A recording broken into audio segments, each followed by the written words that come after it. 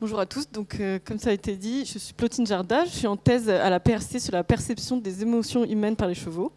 Et aujourd'hui, je vais vous présenter en 3 minutes une des études que j'ai réalisées dans le cadre de ma thèse.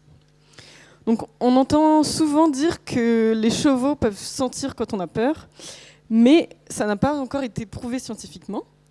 En revanche, ce qu'on sait déjà, c'est que nos odeurs, à nous humains, peuvent changer en fonction de nos émotions, et que les chiens semblent réagir à ces odeurs, notamment par exemple les odeurs de joie et de peur.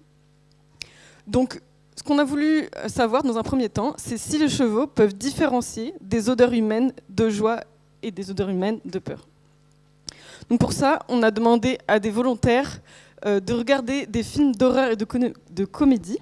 Donc on a 15 personnes qui ont regardé ces 2 films en portant des compresses sous leurs aisselles. Afin qu'on puisse récupérer les odeurs. Et ensuite, on a présenté ces odeurs aux chevaux dans un protocole classique qu'on appelle habituation-discrimination, qui est utilisé très souvent en éthologie, par exemple avec des bébés ou des rongeurs. Donc ici, j'ai une petite vidéo, j'espère qu'elle va marcher, pour vous montrer comment se passait ce protocole. Voilà. Donc d'abord, on présentait une première odeur A, qui pouvait être par exemple l'odeur de joie au cheval, pendant 2 minutes. Ensuite, on lui laissait une pause pendant 1 minute.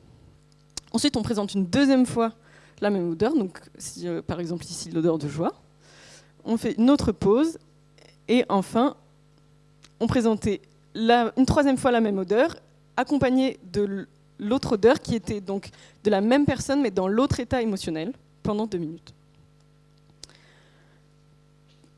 Donc, pour ce qui est des résultats, on a observé le temps de flairage des animaux en fonction de l'odeur.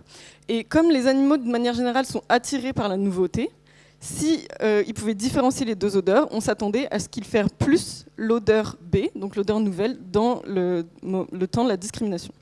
Donc c'est bien ce qu'on a observé. Vous voyez ici que dans l'habituation, donc le temps de flairage diminuait entre les 2 premières présentations, et ensuite, au moment de la discrimination, il y avait un temps de flairage plus important pour la nouvelle odeur. Et on a aussi observé des différences dans le comportement de flairage selon que c'était l'odeur de joie ou de peur. Donc ça suggère que les chevaux avaient un traitement mental différent de ces 2 odeurs. Donc ce qu'il faut retenir, c'est que les chevaux peuvent différencier des odeurs humaines prélevées en contexte de joie ou de peur. Donc les chevaux pourraient peut-être percevoir notre état émotionnel via nos odeurs. Donc là, c'était vraiment sans avoir aucun indice auditif ni visuel.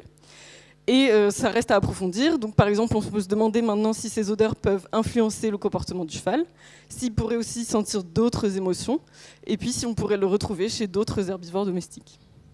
Merci.